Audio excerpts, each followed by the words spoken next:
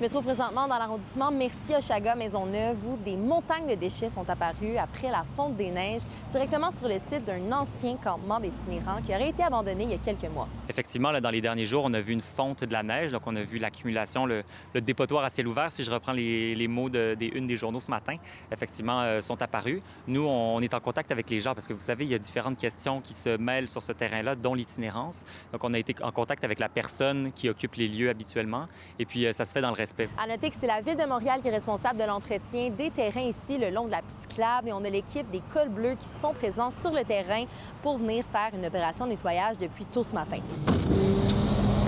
Ils enlèvent vraiment les déchets. Donc, il y a vraiment, vous l'avez vu sur vos images, beaucoup de déchets, puis c'est ça qu'on ramasse aujourd'hui. Parce que l'été, ici, on avait un arrangement avec les cols bleus qui était très bien. Ils nous disaient où est-ce qu'ils voulaient qu'on mette nos poubelles.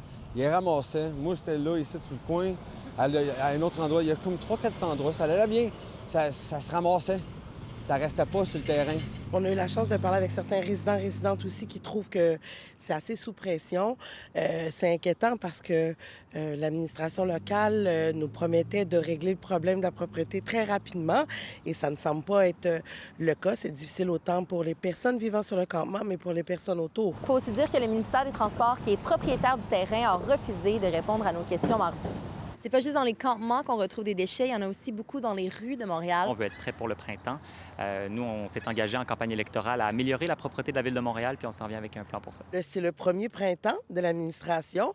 Ils ont mis la barre très, très haute. On va voir à quelle hauteur ils sont capables de sauter. Ce qui est un peu plate dans ce cas-ci, c'est vraiment des comportements assez délinquants de la part de certaines personnes de jeter les matières un peu partout. Plusieurs Québécois qui continuent de se débarrasser de leurs déchets directement dans la nature, même s'il y en a plusieurs qui pourraient aller au recyclage. En bordure d'autoroute, je dirais, il y a environ 70 des matières qui sont des matières recyclables, dont papier, carton, plastique, verre, métal. Mais surtout, ce qu'on retrouve, c'est 40 de plastique. Oui, c'est un peu décourageant. Il faut qu'on poursuive nos messages auprès des citoyens de trois choses. C'est-à-dire, de favoriser les produits réutilisables et non pas les produits à usage unique. De réduire à la source, c'est-à-dire le meilleur déchet, c'est celui qu'on ne génère pas, donc d'essayer de consommer autrement. À Montréal, Alicia Miljour pour Nouveau Info.